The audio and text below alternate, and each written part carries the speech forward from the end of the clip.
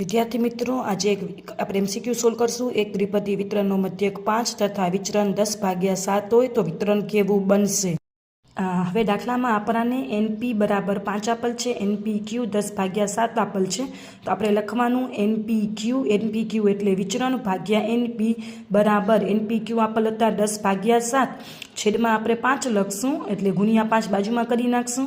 એટલે एनपीक्यू मांथी एनपी उडी जशे एटले क्यू बराबर आपणे सोल्यूशन करशुं एटले 2 सतमांश आवशे।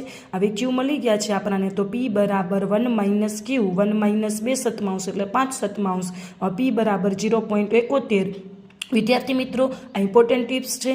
पी ग्रेटर देन 0.5 होय तो द्विपदी वितरण विषम आवृत्ति वितरण बने। पी लेस देन 0.5 होय तो द्विपदी वितरण धन आवृत्ति वितरण बने। अने पी इक्वल टू 0.5 होय तो द्विपदी वितरण सममित आवृत्ति वितरण मळे।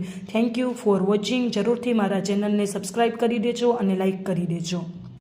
विद्यार्थी मित्रों आज आप एमसीक्यू सोल्व करशुं। एक त्रिपदी वितरणनो मध्यक 5 तथा विचरण 10/7 होय तो वितरण केवुं बनशे। हवे दाखलामां आपणाने एनपी बराबर 5 आपेल छे, एनपीक्यू 10/7 आपेल छे। तो आपणे लखवानुं एनपीक्यू एटले विचरण भाग्या एनपी बराबर एनपीक्यू आपेल हता 10/7 छेदमां आपणे 5 लखशुं एटले गुणिया 5 बाजुमां करी नाखशुं। એટલે एनपीक्यू मांथी एनपी उडी जशे एटले क्यू बराबर आपणे सोल्यूशन करशुं एटले 2 सतमांश आवशे।